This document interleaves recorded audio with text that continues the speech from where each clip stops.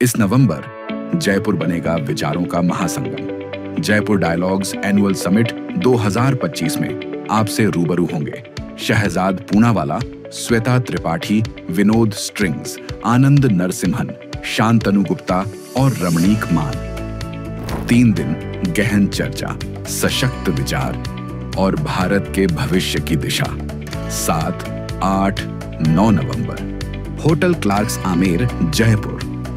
Jaipur dialogues annual summit 2025, जहां भारत की नई कहानी लिखी जाएगी।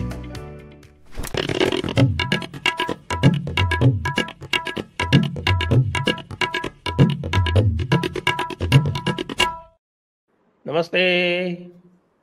आप सभी से अनुरोध है कि कृपया हमारे चैनल को सब्सक्राइब करें, वीडियो को लाइक करें।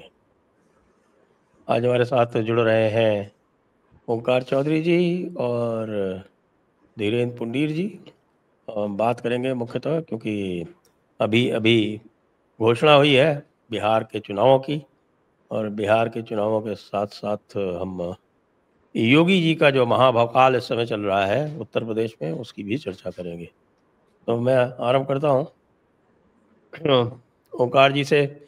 ओंकार जी, बिहार के चुनाव की घोषणा हो गई है और इस बार थोड़ा सा आश्चर्य की बात यह है कि केवल 2 फेज में चुनाव हो रहे हैं, और 6 नवंबर और 11 नवंबर ये 2 पोलिंग की डेट है, और 7, 8, 9 नवंबर जयपुर डायलॉग्स की एनुअल इवेंट है। तो हम चुनाव आयोग को सबसे पहले धन्यवाद करना चाहते हैं कि साहब आपने हमको बड़े संकट से बचा लिया। अब जिस किसी को भी एग्जिट पोल में आना है चुनावी चर्चा में, उसको भी कोई समस्या नहीं होगी, और काउंटिंग की तो बिल्कुल नहीं होगी, क्योंकि काउंटिंग है 14 नवंबर को। प्रोसेस पूरा होना है इनका 22 नवंबर को, तो सफिशिएंट टाइम है। तो ये जो 3 फेज से 2 फेज किया है, पिछली बार 3 फेज था, और आपने देखा है कि लोकसभा चुनाव में तो 4-4, 5-5 फेज होते हैं वहाँ पे बिहार में। तो सबसे पहले तो मैं पूछूंगा, इसको आप कैसे देखते हैं? संजय जी, बहुत शुभकामनाएं और बधाई आपको कि कम से कम जयपुर डायलॉग की जो तिथियां हैं वो बच गई हैं। हालांकि 6 तारीख को जितने गेस्ट हैं, आपके जितने वक्ता हैं, पैनलिस्ट हैं, वो यात्रा में होंगे मोस्टली। तो लेकिन नहीं, जो भी पटना जो है वो 11 तारीख को पोलिंग होगी। जी जी, हमारा जो मैं पैनलिस्ट है, हमारा जो बड़ा पैनलिस्ट है, वो आरा से आता है, उसको आरा में वोट देना होता है, तो वो भी बच गया, वो भी, उसकी भी 11 तारीख को पोलिंग। हाँ, नहीं, मैं दूसरी बात कह रहा हूँ। मैं कह रहा हूँ कि 6 तारीख को जो पहले चरण का मतदान है, उस दिन भी आपके बहुत सारे पैनलिस्ट यात्रा में होंगे, क्योंकि 6 की शाम तक पहुंचेंगे वो लोग, और 7 से फिर आपका शुरू है। बहरहाल, देखिए, बात ऐसी है कि बिहार बूथ लूटने के लिए और तमाम दूसरी घटनाओं परिघटनाओं के लिए बदनाम रहा है। बहुत लंबे समय तक हमने वहाँ मतदाता जो मत पेटी हुआ करती थी, उनकी लूट देखी है। उनमें आग लगा दी जाती थी, उनको तालाब में फेंक दिया जाता था, और बूथों पर कब्जे होते थे। एक बहुत लंबा दौर गुजरा है बिहार की राजनीति में, जब तक ये ईवीएम नहीं आई थी और मतपत्रों से वहाँ पर मतदान हुआ करता था, चुनाव होते थे। उस समय तक कभी भी मुझे लगता है कि शुद्ध तरीके से, सात्विक तरीके से चुनाव की प्रक्रिया पूरी नहीं हुई। और उस समय किस तरह की गुंडागर्दी होती थी, किस किस तरह के बाहुबलियों को उसमें इन्वॉल्व किया जाता था, इसका एक लंबा इतिहास रहा है। अच्छा, दूसरी समस्या रही है जिसका आप चर्चा कर रहे थे कि पिछली बार भी 3 चरणों में मतदान हुआ था और इस बार 2 चरणों में हुआ है। इसकी बड़ी वजह ये है कि बिहार का भी एक बड़ा हिस्सा नक्सलवाद से ग्रस्त रहा है। अब कम से कम बिहार हुआ या कई दूसरे राज्य हुए, अब छत्तीसगढ़ और थोड़ा सा हल्का सा झारखंड वगैरह, कुछ हिस्सा बचा हुआ है, बाकी तो हर जगह से अब नक्सलवाद जो है वो खत्म हो चुका है। तो रक्षा, सुरक्षा, कानून व्यवस्था और मत पेटियों की लूट, इन सब चीजों से अब बिहार और देश के दूसरे हिस्से भी आगे बढ़ चुके हैं। तो अब कोई उस तरह के खतरे तो है नहीं। और वैसे भी राजनीतिक दलों को ये लगता था कि जिन जिन राज्यों में 5 चरणों में या 7 चरणों में चुनाव होते हैं या 1-2 चरणों से अधिक संख्या में जब चरण होते हैं, मत पड़ते हैं, तो वहाँ भारतीय जनता पार्टी और उसके सहयोगियों को सांस लेने का मौका मिल जाता है, आगे के चरण के लिए उनको रणनीति बनाने का मौका मिल जाता है। तो भाई ये तो आपके पास भी है, जो चीजें उन पर लागू होती हैं वो चीजें तो आपके ऊपर भी लागू होती हैं। आपको अगर लगता है कि एक चरण में या 2 चरण में कहीं आप कमजोर पड़ रहे हैं, तो अगले चरणों के लिए रणनीति तो आप भी बना सकते हैं और ज्यादा जोर आप भी लगा सकते हैं। लेकिन इनको एक्चुअल में जो मौजूदा एक प्रणाली है, व्यवस्था है, उस पर सवाल खड़े करने, और इसकी भी वजह है क्योंकि इनके पैरों के नीचे से जमीन खिसकी हुई है और ये शनै शनै लगभग कंगाली की स्थिति में है। हर राज्य में आप देख लीजिए, इनको लगता है कि अपनी नाकामी का, अपनी विफलता का ठीकरा फोड़ने के लिए कोई तो बहाना हमें बनाना है। तो जय हो मायावती जी की, सबसे पहले उन्होंने ही बहाना बनाया था ईवीएम का, ईवीएम से छेड़छाड़ की जा सकती है। सतीश चंद्र मिश्रा के जरिए शायद उन्होंने ये बात पहली बार कही थी, कहलवाई थी। और उसके बाद फिर ये नाटक नौटंकी, कभी मतदाता सूची, कभी वोट चोरी, कभी एसआईआर का विरोध, कोई ना कोई बहाना हर चुनाव में इन लोगों को चाहिए होता है। लेकिन सारी चीजें एक तरफ और आज की चुनाव आयोग की घोषणा एक तरफ। अब ऐलान हो चुका है, तारीखें सामने आ चुकी हैं, मतगणना की तारीख भी आ गई है, 14 नवंबर तक प्रक्रिया पूरी हो जाएगी। लेकिन ये उचित है क्या, हमारे चाचा नेहरू के जन्म दिवस के दिन जो है सबको बिजी रखा जाए और उनके आदर में किसी प्रकार का कोई कार्य न करने दिया जाए लोगों को? ये धीरेन्द्र जी बताएंगे। धीरेन्द्र जी, दरअसल सर आपने बड़ा वो सवाल किया कि भाई दो वाला बड़ा अच्छा इंटरेस्टिंग है, क्योंकि उसमें जो 2022 में 118 नक्सली वांटेड थे, वहां 8 जिलों में प्रभाव था, अब सिर्फ 18 नक्सली वांटेड है। और इसके अलावा अगर आप गौर करेंगे 1969 से वहां शुरू हो गया था। बिहार सबसे पहला, मतलब देश के राज्यों में ये फख्र उसको हासिल होगा, उन लोगों को जो चुनाव कब्जे करते हैं, आम आदमी को तो नहीं होगा। वो बेगूसराय से लूट शुरू हुई थी चुनाव बूथ की। सबसे पहले पूर्व कांग्रेसी विधायक थे एक, उसका शक्ति सिंह दक्षिण गया से था, उसका मर्डर हुआ। उसके बाद 69 में मर्डर हुआ। और फिर ये जब 1985 में, तो इसमें जो कलाकारी हो सकती है वो आने लगी थी। और 90 में जब लालू जीते तब 520 हिंसा की घटनाएं हुई। 69 जहां तक मुझे याद है उतने लोग मरे, और 95 में वो 1200 हो गई। मतलब वो जो है लूट को, एक पूरा बूथ लूट को एक बड़े शानदार अंदाज में किया जाने लगा। और उसके चलते जो एजेंसीज थे उनको चुनाव कराने का मतलब वहां जान गंवाना था। लगभग 69 लोगों की डेथ हुई थी। आप ये डाटा जो है शर्म का डाटा हो सकता है किसी भी देश के लिए, संजय जी। मतलब ये शर्मनाक बात होगी। मैं एक माफ कीजिए छोटा सा डाटा दे देता हूं ताकि दर्शक इस बात का अर्थ समझ पाए। चूंकि बातें होती हैं, डाटा जो है वो सेक्रोसेंट होता है। 1965 में पहली बार हत्या हुई, 1972 में दूसरा विधायक, 1998 में फिर विधायक देवेंद्र दुबे, ये सब मारे गए। और अगर हिंसा की बात कीजिए तो 77 में 26 मारे गए, 85 में 1370 हिंसक घटनाएं हुई, 69 लोग मारे गए। ये चुनावी हिंसा की बात कर रहा हूं, बूथ लूटने के दौरान। 1985 में कांग्रेस जीती थी, 90 के चुनाव में 520 हुई, 87 लोग मारे गए और 1270 हिंसा की घटना हुई थी। और 1995 के चुनाव में फिर मारे गए 61 लोग, और 2005 में जो लोग 2000 में 61 लोग मारे गए थे, हुई थी 2005 में भी, लेकिन 17 मारे गए क्योंकि उस वक्त तक दौर आ चुका था चुनाव आयोग के अंदर सुधारों का। केजे राव जब विशेष पर्यवेक्षक गए थे तो बिहार कभी भी कुछ भी भूल सकता है, लेकिन चुनाव के दौरान केजे राव को कभी नहीं भूलता, टीएन शेषन को कभी नहीं भूलता। तो मुझे लगता है आज जो 2 फेज का चुनाव है उसी प्रक्रिया का है, और लंबे समय से जितनी कोशिश ये की गई माई समीकरण के साथ, मुझे मतलब हम लोग किसी पार्टी को लेकर मैं नहीं बोलता, लेकिन मैं ये कहूं माई समीकरण ने जिस तरह से बूथ लूटना, ये हिंसा करना और वो करना, उस सबको एक कला में बदल दिया था। अगर आर्ट कहें कि एक हमारे शहर, मतलब मुझे एक शेर याद आता है, संजय जी वैसे तो नहीं सुनाता मैं, लेकिन सुना देता हूं। बदन पे कोई दाग ना खंजर पे खून के निशान, कत्ल करते हो यार या कमाल करे हो।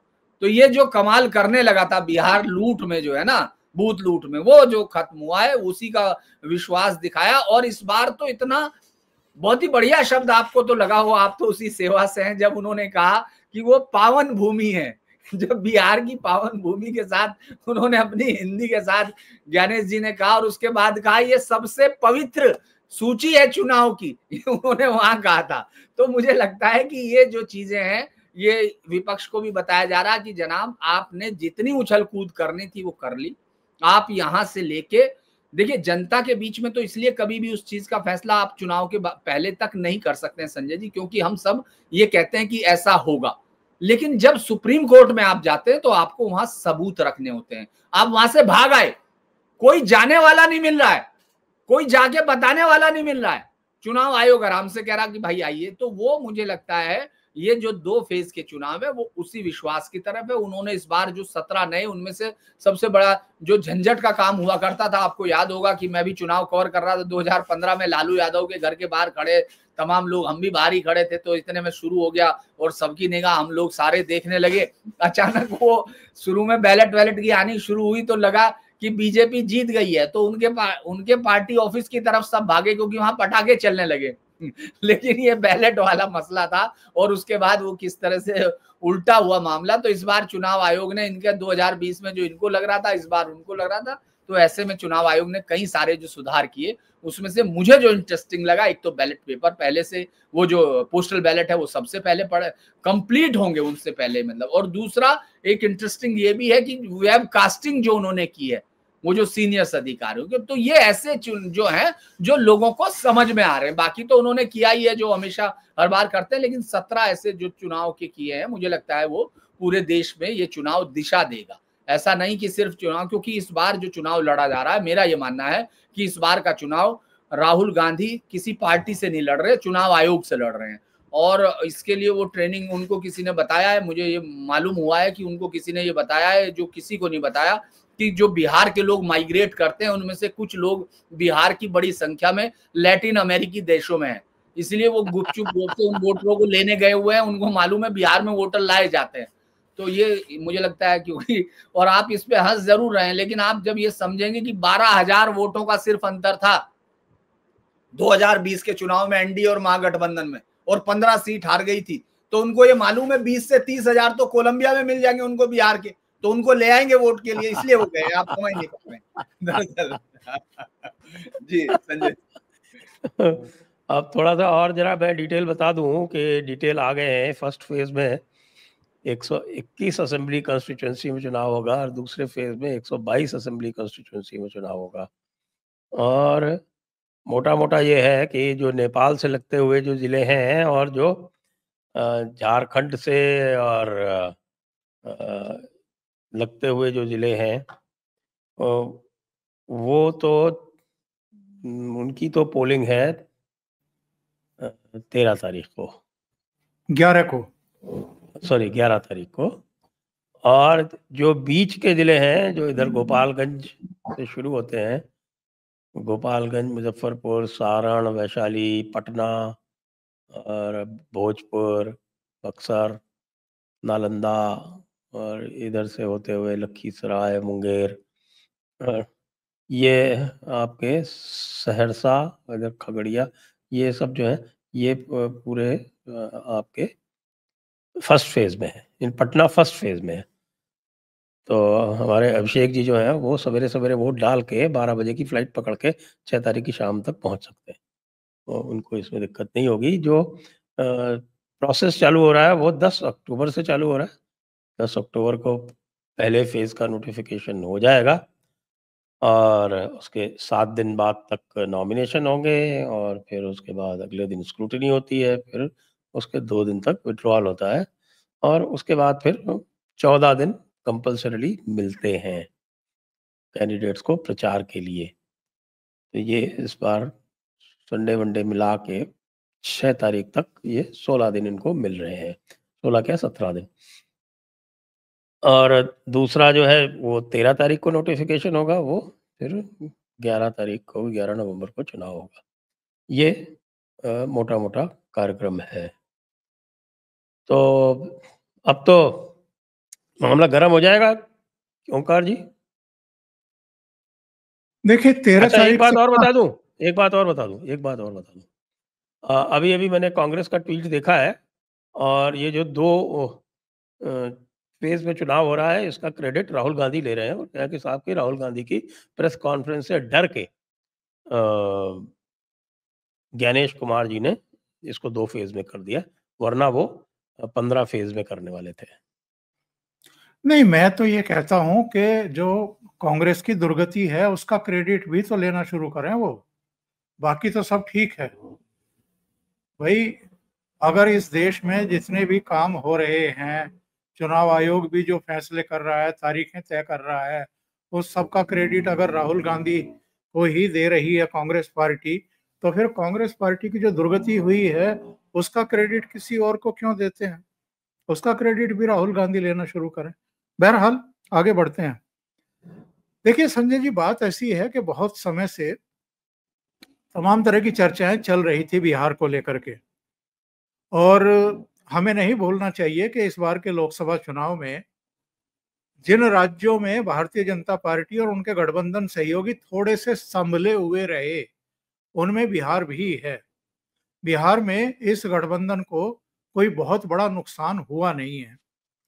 कई दूसरे राज्यों में नुकसान उठाने पड़े हैं, उनमें बंगाल भी है, उनमें हरियाणा भी है, राजस्थान भी है, महाराष्ट्र भी है। कई राज्यों में उनको नुकसान उठाने पड़े, लेकिन कम से कम यहाँ पर इनका गठबंधन ठीक काम कर रहा था। जितना दुष्प्रचार किया गया था, संविधान को बदल देंगे, आरक्षण छिन जाएगा, तमाम चीजें, क्योंकि मंडल का जो दौर था वो बिहार और उत्तर प्रदेश में उसका सर्वाधिक प्रभाव देखने को मिला था, लेकिन कम से कम बिहार ऐसी जगह रही जहां इनको नुकसान कम हुआ। उत्तर प्रदेश में तो बहुत बड़ी चपत लगी थी भारतीय जनता पार्टी और उनके सहयोगियों को। कहाँ तो 2014 में 72 सीटें और फिर 2019 में 64 सीटें, और कहाँ ये सिमट करके 33-34 सीटों पर 35 सीटों पर रह गए उत्तर प्रदेश में, और अकेले ही समाजवादी पार्टी ने 37 सीटें जीत ली थी।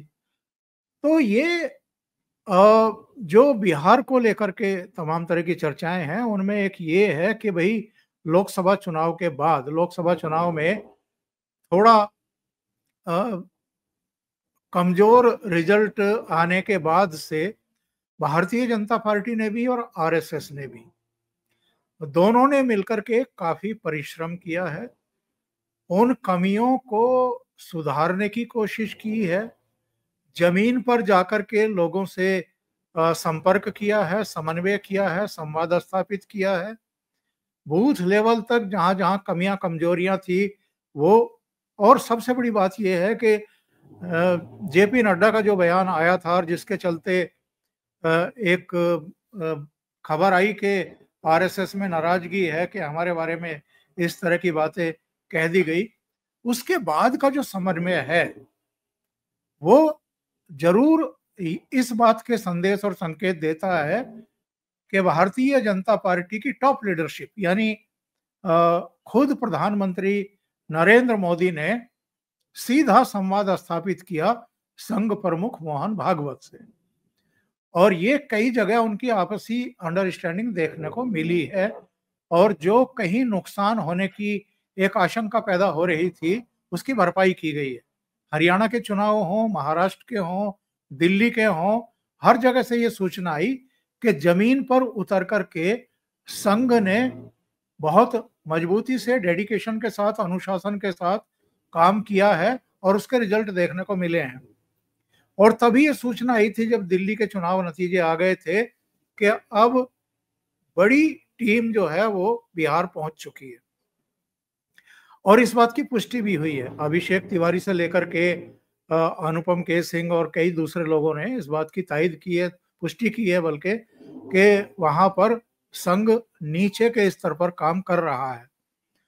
अब जिस तरह से खंडित विपक्ष है, अंतर विरोधों से घिरा हुआ है, कोई एक चेहरा वो सामने लेकर के नहीं आ पा रहा है, कोई सहमति बनती दिखाई दे नहीं रही है तेजस्वी यादव के नाम पर, उसकी वजह से भी, और जिस तरीके से इन्होंने एसआईआर का विरोध किया, वोट चोरी का एक बेढंगा सा आरोप लगा करके उसको आगे बढ़ाने की कोशिश की, और जो जमीन से उसके फीडबैक आए कि भाई ना एसआईआर का कहीं कोई चर्चा है, असर है, ना वोट चोरी को लेकर के कोई संजीदा है किसी भी तरीके से, और अल्टीमेटली जो फाइनल लिस्ट आई है, जो फाइनल मतदाता सूची आई है, कुल मिलाकर के देखें तो 69 लाख बाहर हुए हैं, लेकिन 21 लाख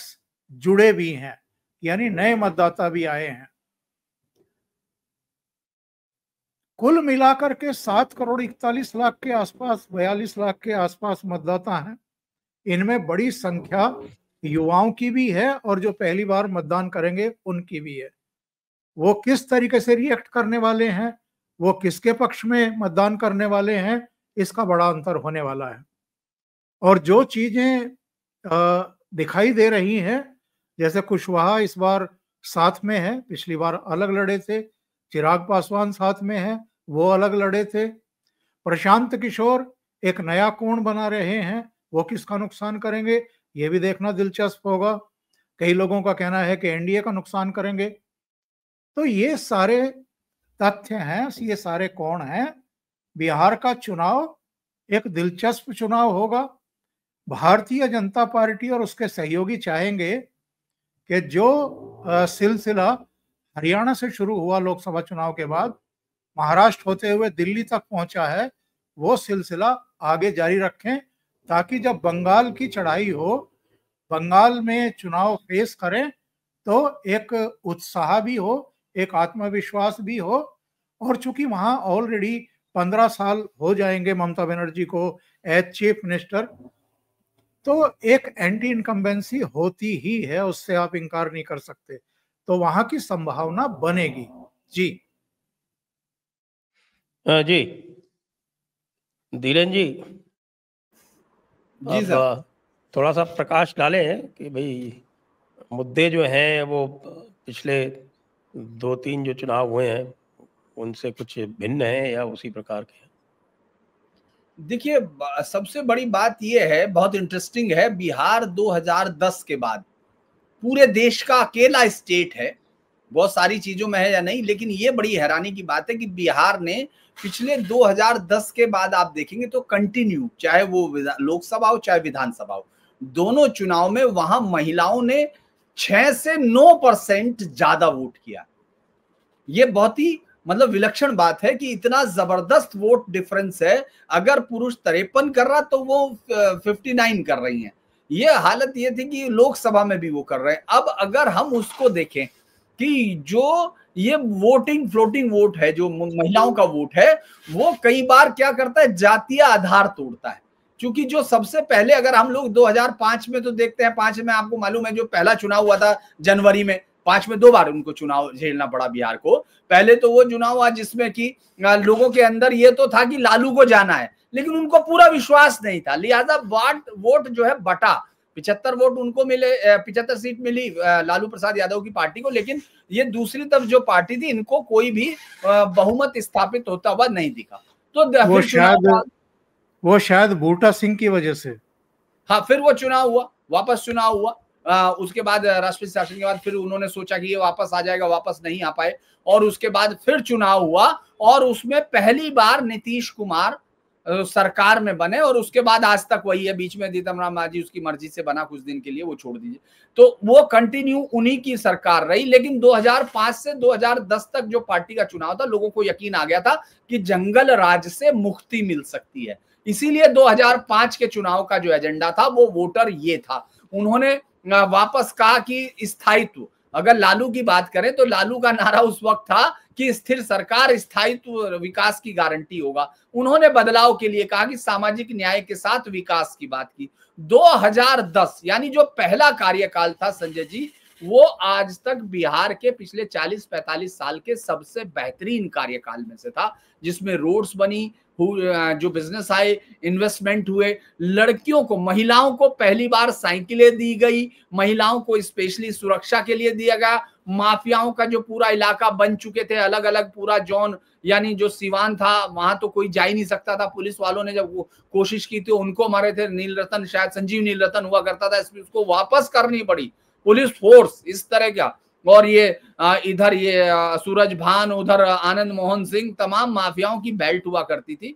5 सालों में उनको सफाया किया गया। उनको मतलब वो तो नहीं किया जैसे यूपी में बाबा ने तो जड़ से ही खत्म कर दिया, ना उनकी आर्थिक स्थिति छोड़ी, ना उनको छोड़ा, मिट्टी में मिला दिया। लेकिन वहां कम से कम कर्टेल किया गया, इन लोगों को फील हुआ। वो सारा चुनाव था। फिर 2015 में ये पूरा इलेक्शन लड़ा गया। लेकिन इस इलेक्शन में चूंकि नीतीश कुमार पलट चुके थे, नीतीश कुमार पलट के वापस वहीं पहुंच गए, तो कहा गया बिहारी बनाम बाहरी, यानी जो मोदी की जो वेव चल रही थी, उस वेव को रोकने के लिए वहां पूरा स्पेशली क्षेत्रीय कार्ड खेला गया, क्षेत्रीय, रीजनल। और साथ में जो सबसे बड़ा काम कर गए थे वो मोहन भागवत जी भी कर आए थे वहां आरक्षण को लेके। उन्होंने आराम से समझा दिया उनको कि भाई आरक्षण का हम क्या करेंगे, तो लिहाजा उसका इस्तेमाल कर लिया गया। 2015 के चुनाव में मोदी की आंधी थी, और मोदी लोकसभा चुनाव में किस तरह जीते थे, इसके बावजूद वहां वो लोग आते हैं सत्ता में। लेकिन फिर वो चेंज होता है, 2020 में फिर एनडीए बनता है,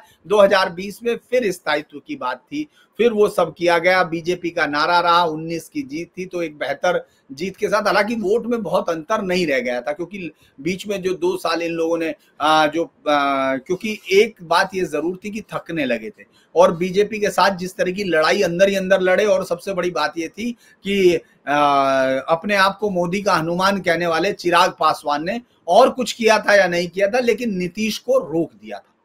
तो 2020 के इलेक्शन में, अब अगर हम आज की बात करते हैं, तो जिस मुद्दे के साथ राहुल गांधी गए थे, वोट चोरी, वो आपको ग्राउंड पे कहीं दिखेगा नहीं। क्योंकि बिहार में मैं जानता हूं कि हर आदमी चुनाव लड़ने में बहुत अच्छे से है। वो आपको दुनिया के किसी भी चुनाव का गणित बैठे बैठे बता सकता है, तो अपना तो जानता ही होगा।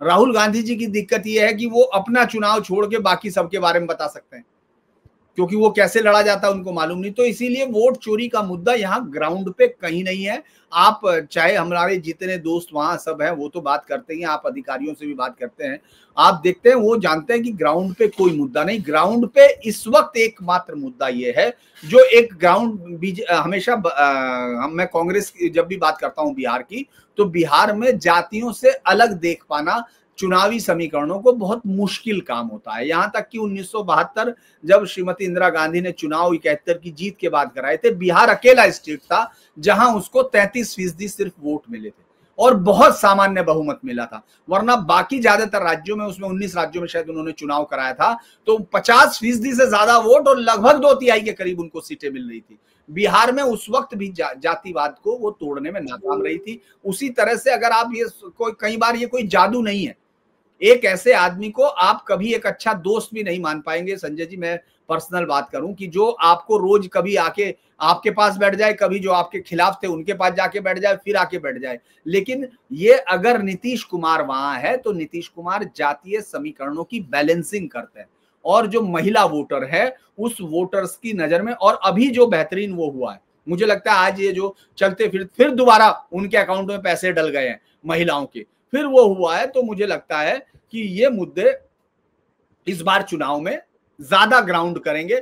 हालांकि तेजस्वी ने जो हवा बनाई हुई है कि साहब रोजगार देंगे, पहले दिन ही साइन कर देंगे, 10 लाख नौकरियों पे ये होगा, तो वो मुझे लगता है बिहार का आदमी भी अब ये समझता है और पूरे देश का आदमी भी समझता है कि सरकारों के पास अंतहीन ताकत नहीं है रोजगार देने की। वो जानते हैं जो रिटायर होंगे उन्हीं के बदले मिलेगा, नहीं तो वो वैकेंसी भी खत्म हो रही है। तो लिहाजा वो लोग नहीं कर रहे। सिर्फ समीकरण वहां अभी फिर ये चलेगा कि माई समीकरण में कोई और जुड़ पाता है या नहीं, और ओवैसी कितना नुकसान करेंगे। जन सुराज पार्टी एक ऐसी अनगाइडेड मिसाइल है, वो कहां बैठेगी। मैंने आपको बताया कि दोनों महागठबंधन और एनडीए के वोटिंग के बीच में टोटल 12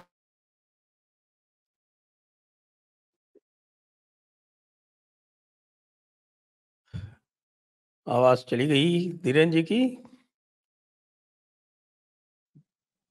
धीरेन्द्र जी की आवाज चली गई, तो वापस चलते हैं हम समय ओंकार जी के पास। ओंकार जी, एक दूसरा मुद्दा चल रहा है कि साहब योगी जी का जो महाभौकाल चल रहा है उत्तर प्रदेश में, उसको कैसे देखते हैं आप? देखिए, बात ऐसी है कि 2017 में जब वो सीएम बने थे, उसके बाद से ही उनका सीधा सा एजेंडा है। बहुत सारे लोगों की समझ में आ गया है, बहुत सारे लोगों की समझ में नहीं आ पा रहा है। तो जिनकी समझ में नहीं आ रहा है उनको नए सिरे से कोर्स कराने पड़ते हैं, पाठ्यक्रम पढ़ाना पड़ता है, उनको बताना पड़ता है कि आप कहाँ चूक कर रहे हैं। जैसे योगी जी का बयान आया कि भाई ये मौलाना भूल गया था कि प्रदेश में शासन किसका है, तो अब उनको भी, उनके करीबियों को भी, जो कॉलर खड़े करके वहां पर गुंडागर्दी करते थे, उन सबको बताया जा रहा है। आज तो मैं एक नई खबर देख रहा था, इनके 5 करीबी हैं जिनको करीब 1 करोड़ की वसूली के नोटिस इशू किए गए हैं बिजली चोरी के मामले में। तो ऐसी बहुत सारी चीजें अब निकल करके सामने आ रही है। जो अवैध जगह बनी हुई थी, इनकी मस्जिदें, मदरसे, तालाब की जगह घेर करके या दूसरी जगहों पर, उन सबको भी समतल किया जा रहा है, नोटिस चिपकाए गए हैं। तौकीर रजा, जिनको ये गलत फहमी थी और जिनके बारे में, और ये बात सही भी है कि वो आला हजरत के परिवार से हैं, उनके वंश से हैं, लेकिन जो एक गरिमा, एक मर्यादा और वाणी पर जो एक संयम होना चाहिए, वो सब तो बहुत सालों से हम तौकीर रजा को देख रहे हैं। उस समय से देख रहे हैं जब इनकी दाढ़ी जो है वो सफेद भी नहीं हुई थी, जब काली थी तब से हम देख रहे हैं इनकी जबान को, ये किस तरीके से बात करते थे। और इन्होंने बाकी भी सारी कसर कोई छोड़ी नहीं है। ये समाजवादी पार्टी के साथ भी रहे, ये कांग्रेस के साथ भी रहे, ये बहन जी के साथ भी 2014 में रहे, इन्होंने अपनी पार्टी भी बनाई थी 2001 में या 2 में। तो इन्होंने सारे दांव आजमा रखे हैं, सारे कर्म और कुकर्म कर रखे हैं। तो जिन लोगों को ये गलतफहमी, खुशफहमी थी बरेली में, इनके समर्थकों को खास तौर से, कि भाई तौकीर रजा पर तो कोई हाथ डालेगा नहीं, तो उनको बताया जा रहा है कानून तोड़ोगे, रक्षा सुरक्षा से खिलवाड़ करोगे, दहशत का वातावरण पैदा करोगे, दंगे फसाद कराने की कोशिश करोगे, तो बख्शीश किसी की नहीं है। तो बाबा वही कर रहे हैं, उससे ज्यादा कुछ नहीं कर रहे। जी जी धीरेन्द्र जी, पहले तो आपका कनेक्शन कट गया था। हाँ, वो पता नहीं आपके उसमें लाइट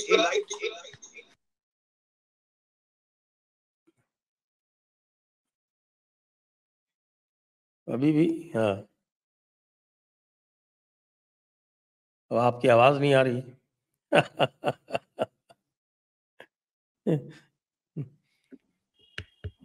तो हाँ, माफ कीजिएगा, दरअसल वो इसी शो में कई बार कटता है हम लोगों का। आपका सवाल सर, आपका सवाल। अरे, हम तो योगी जी के महाभौकाल की बात कर रहे थे। हाँ, तो उसमें मैं सर को सुन रहा था उन्होंने सही बताया। दरअसल बरेली हुआ, कानपुर हुआ, ये तमाम जगह ऐसी जगह थी जहां एक कटिया उद्योग चला करता था। कटिया उद्योग आप कभी भी जाते, अगर कभी ऊपर से ड्रोन के शॉट उस जमाने में काश मिला करते तो आप देखते कि एक अलग से जहां भाईजान लोगों का मोहल्ला होता है उसके अंदर सरकार की बिजली नहीं होती है, वहां वो मस्जिद बिजली देती है या कोई वहां का लोकल गुंडा बिजली देता है और उसको पैसा नहीं देना होता। क्योंकि पैसा क्या देना हो, तो सरकार है, सरकार तो सबकी है, सरकार तो सबकी है, तो जिसके पास पैसा है वो देगा, जिसके पास नहीं है नहीं देगा, तो वो कहते हैं कि हमारे पास नहीं है। तो ये लंबे समय से था, जियाउर रहमान को देना पड़ा, वो कोर्ट में आया। और ये तमाम चीजें, चूंकि देखिए जब आपको बदमाशी का फायदा मिलने लगता है संजय जी, किसी भी गलत काम का, तो आपके साथ साथ बहुत बड़ी भीड़ जुड़ जाती है, क्योंकि वो तो लूट है। अब यहां बिजली का 1,14,00,000 का बिल आपको देना है अलग अलग लोगों को, साथ में उस्मान के यहां देना है, और अभी तो बाकी सबके, रहमान के और उन सबके घरों से निकलना है। तो ये जो वो कह रहे थे योगी के शासन में, मैं इसलिए कहता हूं, मैं उनको कल्याण सिंह के उस शासन से अलग इसलिए मानता हूं कि कल्याण सिंह के समय में भी, अगर आपको, आप दोनों को अच्छे से याद होगा, जब पहला शासन काल आया था, कल्याण सिंह जब सत्ता में आए थे, तो लोग जो क्रिमिनल थे उन्होंने यूपी छोड़ दिया था।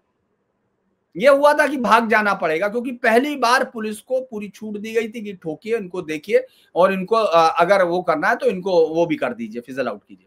तो ये इसके बाद, लेकिन योगी वो कुछ दिन बाद फिर आ गए, लेकिन योगी ऐसा नहीं कर रहे। योगी एक एक की जो इकोनॉमी है, जो उसकी रीढ़ है, क्योंकि आप ये सोच के देखिए संजय जी कि 50 गाड़ियों का काफिला ले जाने के लिए, हिंदी फिल्म का शॉट तो आपको अच्छा लग सकता है, लेकिन 50 गाड़ियों के काफिले में जो गाड़ी का पेट्रोल है, जो गाड़ी किसकी है, गाड़ी का पेट्रोल किसका है, वहां जो बैठे हुए लोग हैं उनका नाश्ता कौन देगा, वो जो हथियार ले जा रहे वो सब उसी आदमी को देना पड़ता है ना, जो आदमी उसको लेके चलता है।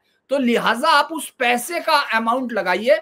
मैं इसलिए कह रहा हूं क्योंकि अगर कोई भी हमारा दर्शक देखना चाहे तो टाइप करेगा अतीक अहमद इलाहाबाद कैवलकेड, आप सोचिए एक के बाद एक जैसी फॉर्च्यूनर गाड़ियों ने पूरा का पूरा वो एकदम करीबन 50-60 गाड़ियां निकल के जा रही। जब उनका भोकाल था, जब वो मिट्टी में नहीं मिले थे, जब उन्होंने हाथ जोड़ के नहीं कहा था कि योगी जी मिट्टी में ही मिला दिया, माफ कर दो, जब उनके बेटे ने अभी कहा है ना, तो ये अंतर है। उनका बेटा उस पूरी ताकत को महसूस कर चुका, कसारी मसारी से लेके एक एक तबाह कर दिया।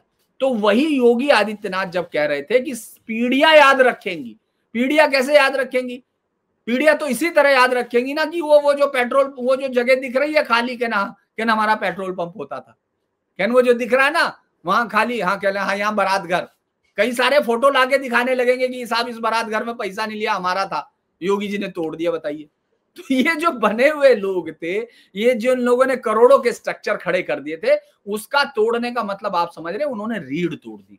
इसीलिए योगी आदित्यनाथ जब ये कहते हैं कि पीढ़ियां याद करेंगी, तो उसके पीछे उसको जो सिखाया गया वो नहीं। आप ये सोचिए कितना बड़ा टेरर होगा। अच्छा आप ये सोचिए उनके अंदर जो क्रिमिनल है या जो है, कि अभी तक वो आदमी बेल के लिए कहीं अप्लाई करने की स्थिति में नहीं। सोनम वांगचुक के लिए 2-2 लोग खड़े हो रहे हैं, यहां कपिल सिब्बल भी खड़ा हो गए और विवेक तनखा जैसे सीनियर सब लोग खड़े हो गए।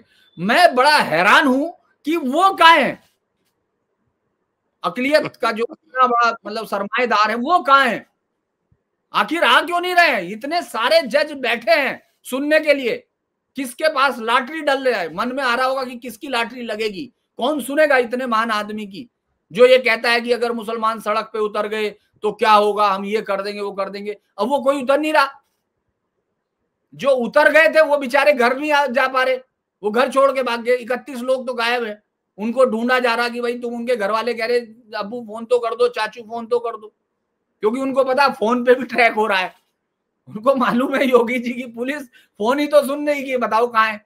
तो इसीलिए ये इसको भोकाल कहते हैं, इसको कहते हैं कि क्राइम की रीढ़ तोड़ना।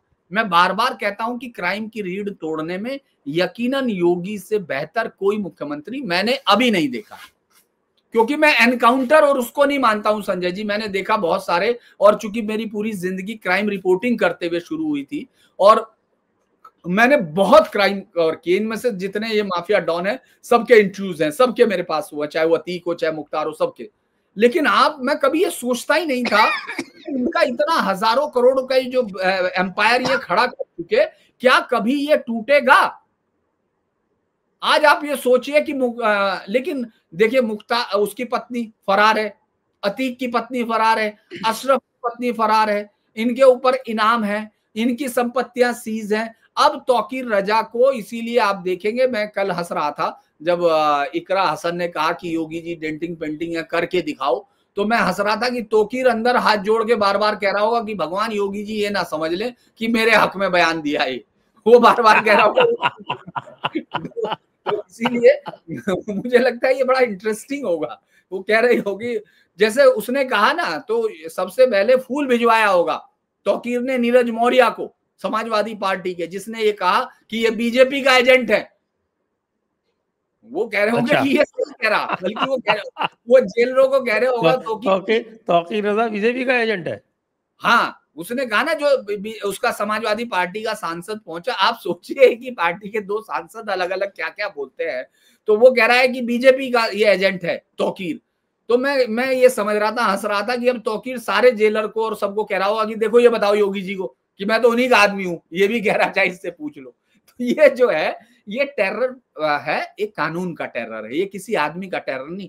कानून का टेरर तब होता है जब पुलिस का सिपाही अगर किसी बस्ती में चला जाए, कॉलर पकड़ के ले आए। आपने देखा होगा क्रिमिनल्स को कॉलर पकड़ के, कभी इन मोहल्लों में पुलिस नहीं घुसी संजय जी। हमने देखा है, हेलमेट लगाना तो अपराध है, क्योंकि आप समझ नहीं रहे उससे टोपी ढक जाएगी, तो बहुत खराब। तो मुझे लगता है आप बाबा के भोकाल की बात कर रहे हैं, तो वो तो मुझे लगता है अब तो कई विपक्षी पार्टी अपने दुश्मनों को ठिकाने लगाने के लिए भी योगी जी को इशारा वो कर देती है, चूप देती है, जैसे इसने कहा कि अब हमें करके दिखाओ डेंटिंग पेंटिंग। अब वो उनको भी समझ में नहीं आ रहा पुलिस वालों को कि इससे ज्यादा क्या चाहती है भाई, इसके अवैध, इसके होटल। अब जहां से आखिरी उसने वीडियो बनाई थी, याद होगा आपको, जो वीडियो है फरद, उसका घर सील है। अब जिनके घर सील है, अभी बहुत सारी 74 दुकानें सील हैं, 4 दुकानें मस्जिद के कैंपस की सील है, इसके अलावा उसका घर सील है सर का, और कई के जो है अभी वो फ्लोरा और कई होटल सील। तो आप ये सोचिए उनका डर क्या होगा। उनका डर ये होगा क्योंकि इस समय नगर निगम तमाम विधिक कार्रवाई कर रहा है, एक एक विधिक कार्रवाई कर रहा है, ताकि ये लोग कोर्ट में पहुंच के विक्टिम कार्ड प्ले ना करें। एक और खेल आपको मालूम ही होगा, वो संभल वाला मस्जिद वाला, रायपुरवा गांव वाला, कि साहब वो मस्जिद तालाब पे बना दी, बारात घर बना दिया, वो तोड़ने पहुंचे तो बारात घर तो तोड़ दिया, जैसे ही मस्जिद पे दो कहने लगे साहब हम अपने हाथ से तोड़ देंगे, आप हमको 4 दिन का समय दे दो। कृष्णपाल बिश्नोई हमें पेंजिया साहब ने कहा कि ठीक है आप तोड़ लीजिए। अब वो उन्होंने तोड़ के दिखाया भी शुक्रवार को, तो सब लोगों को लग रहा, मुझे भी बहुत आश्चर्य हो रहा था कि यार ये कैसे संभव है, ये तो सारी जमीन अल्लाह की है और ये तो मस्जिद बनी हुई है, ये इस बात को क्यों नहीं समझ रहा, इतनी आसानी से कैसे समझ सकते हैं।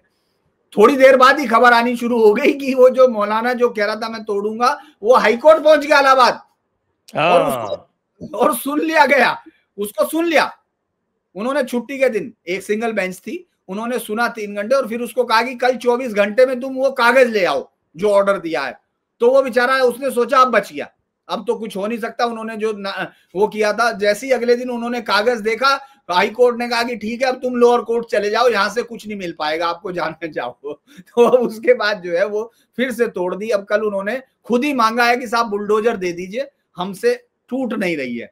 तो वो कुछ हिस्सा बुलडोजर ने तोड़ा, कुछ हथौड़ों से। तो इस तरह से योगी जी का ये बुलडोजर का किराया लिया होगा फिर तो।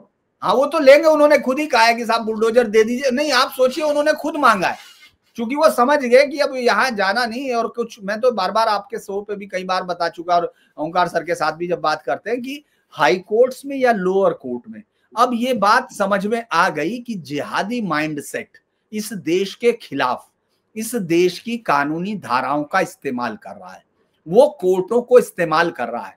ये बात उनको समझ में आने लगी, तो वो अब आसानी से कोई नहीं है भाई, सुप्रीम कोर्ट में क्या आएगा क्या नहीं आएगा मुझे मालूम नहीं, क्योंकि वहां तो पता नहीं क्या कुछ हो रहा है, जूता चल रहा, कभी कुछ हो रहा, वो तो अलग चीज है, कहानियां, उससे हमारा वैसे अभी लेटेस्ट आ रहा है कि साहब के चीफ जस्टिस ऑफ इंडिया ने कहा है हमारा व्यक्ति को, वो जो एडवोकेट है उसको छोड़ दिया जाए।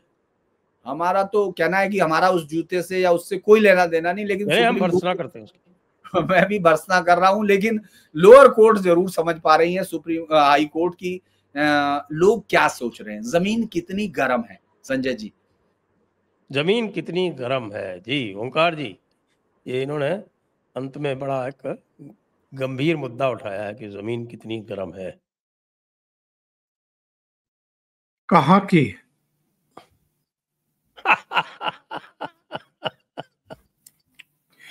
देखिए, बात ऐसी है कि पिछले कई सालों से हम ये देख रहे हैं कि मोदी जी के बाद अगर किसी की सबसे अधिक डिमांड आती है तो वो बाबा जी हैं, योगी आदित्यनाथ हैं। और जाहिर है बिहार में अब रणभेरी बज चुकी है। कुछ ही समय में सारे कैंडिडेट भी अनाउंस हो जाएंगे, नॉमिनेशन की प्रक्रिया प्रारंभ हो जाएगी और 17 तारीख के बाद तो फिर चुनाव प्रचार भी शुरू हो जाएंगे। और बिहार में जब योगी बाबा जाएंगे प्रचार करने के लिए तो वो तौकीर रजा की, बरेली की चर्चा ना करें, संभल की चर्चा ना करें, दूसरी जगहों की चर्चा ना करें, ये तो हो ही नहीं सकता है। और वो जिस अंदाज में बटोगे तो कटोगे वाला पूरा एक दर्शन जो है वो और उसके खतरे जो बताते हैं वो भी लोगों की समझ में आते हैं। तो बिहार मुझे लगता है कि पूरी तरीके से तैयार है। बिहार का जनमानस भी तैयार है, मन लोगों का बना हुआ है। वो किसी नए प्रयोग के लिए भी राजी नहीं है। जितने भी अभी ओपिनियन पोल कह लीजिए या जमीन से जो भी सूचनाएं मिल रही हैं उनका जिस्ट निकाल लीजिए या लोकसभा चुनाव के जो परिणाम आए हैं उनकी दिशा अगर हम देखें तो भी सारा कुछ, और सबसे ज्यादा सबसे संगठित और नियोजित तरीके से अगर कोई अपने अभियान को आगे बढ़ाता है तो मुझे लगता है अभी भी इतने सालों तक नीतीश कुमार के मुख्यमंत्री रहने के बावजूद भारतीय जनता पार्टी जिस तरीके से केवल 43 या 43 ही सीटें आई थी नीतीश कुमार की और 5 साल पूरे कराए हैं उनके। बीच में वो थोड़ा खिसक भी गए थे, फिर आए लोकसभा चुनाव से पहले इधर, लेकिन इसके बावजूद उनका पूरा सम्मान, क्योंकि भारतीय जनता पार्टी ये बहुत अच्छे तरीके से समझती है कि ये जो महागठबंधन बनता है ये कई बार कामयाब भी हुआ, एक बार तो कम से कम हुआ ही है, एक बड़ा झटका तो दे ही चुका है। तो इसलिए वो सारी ताकतें, वो सारी रणनीतियां और जो एक प्लानिंग के तहत जिस तरीके से वहां के प्रभारी बना करके भेजे गए और दूसरे लोगों को भी लगाया गया, तो मुझे लगता है कि बाबा जब पहुंचेंगे तो उनकी अपनी एक भूमिका होगी, उनका अपना एक असर होगा और नेपथ्य में बहुत सारी चीजें चलती हैं संजय जी। वो महाकुंभ हो, वो वक्फ पर संशोधित कानून हो, वो ऑपरेशन सिंदूर हो, बहुत सारी चीजें हैं जो नेपथ्य में चलती रहती हैं। लोगों के दिमाग में वो सारी चीजें रहती हैं कि देश की भी और प्रदेशों की भी, कहीं और क्या जाएं, बिहार की भी जिस तरीके से वो नक्सलवाद मुक्त किया गया है या जिस तरह से वहां पर संगठित और नियोजित तरीके से हत्याएं होती थी। एक दौर था जब दलितों की हत्याएं होती थी और जो ठाकुरों की तरफ से जिस तरह के प्रयास होते थे वहां पर, वो चीजें और वो खून खराबा कोई भूला नहीं है। और जिस तरह की डर्टी पॉलिटिक्स होती रही है, MY का समीकरण बना दिया, दूसरी चीजें हो गई, उन दिनों को लोग भूले नहीं हैं और थोड़ा बहुत भूल जाते हैं। तो जब मोदी जी पहुंचते हैं तो वो फिर याद दिला देते हैं, योगी जी पहुंचते हैं तो वो अपना अलग ही रंग दिखाते हैं।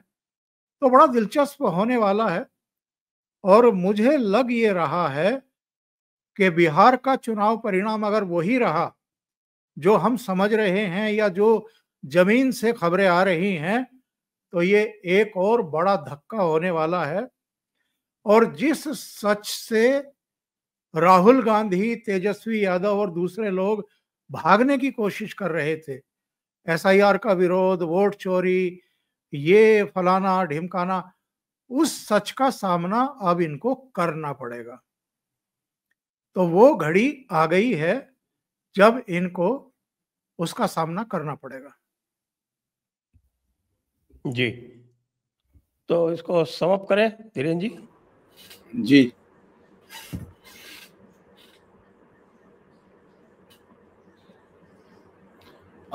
मुझे लगता है कि बिहार के लिए चूंकि बिहार के चुनाव से उसी पर हम लोगों ने शुरुआत की थी, तो मैं ये कहूंगा कि बिहार के चुनाव में बहुत सारी चीजें हम पहली बार देखेंगे, क्योंकि 1975 की पॉलिटिक्स का ये आखिरी चुनाव होगा जो 1975 से शुरू हुई थी। हम लोग लालू यादव को नेपथ्य में जाते हुए देख चुके, भले ही वो इस समय आरजेडी के अध्यक्ष हैं, सजा याफ्ता अपराधी हैं, जेल में सजा काट रहे, चुनाव लड़ नहीं सकते, लेकिन एक पार्टी के राष्ट्रीय अध्यक्ष होके वो चुनाव जरूर लड़वा रहे, लेकिन मंच पर पोस्टर नहीं है। लालू यादव अपने परिवार के बीच में ये देखेंगे कि किस तरह से संघर्ष चल रहा है, और वो संघर्ष किसके, हालांकि मैं ये मानता हूं कि तेजस्वी उसमें निसंदेह आगे ही रहेंगे और तेज प्रताप या रोहिणी आचार्य ये सब कोई असर नहीं छोड़ेंगे। इसके साथ साथ सिर्फ एक लीडर आपको अभी दिखाई दे रहा है, नीतीश कुमार, जिनका ये आखिरी चुनाव होगा। वो किसी भी पार्टी में, और अगर मैं ये मानता हूं कि अगर उनकी पार्टी और वो कोई अच्छा उत्तराधिकारी नहीं खोज पाए, तो वो उनकी पार्टी के लिए भी आखिरी चुनाव होगा। और एक सबसे इंटरेस्टिंग चुनाव ये किसी आदमी के लिए है, क्योंकि मैं यही बात साफ करूंगा और मैं उम्मीद करूंगा आप इस पे मेरी बात पे हंसेंगे नहीं और मेरे ज्ञान पे कुछ नहीं कहेंगे। ये चुनाव सबसे बड़ा फैसला करेगा सबसे बड़े आदमी के लिए। अरविंद केजरीवाल ने अपनी पहली लिस्ट जारी कर दी है, 243 सीटों पे लड़ेंगे। वाह, ये मान लीजिए कि वो जो है सबसे बड़ा चुनाव वही लड़ेंगे। नहीं, कम से कम 2 लोग हैं जो 243 पर ही लड़ेंगे। प्रशांत किशोर भी 243 पर लड़ेगा। ओके।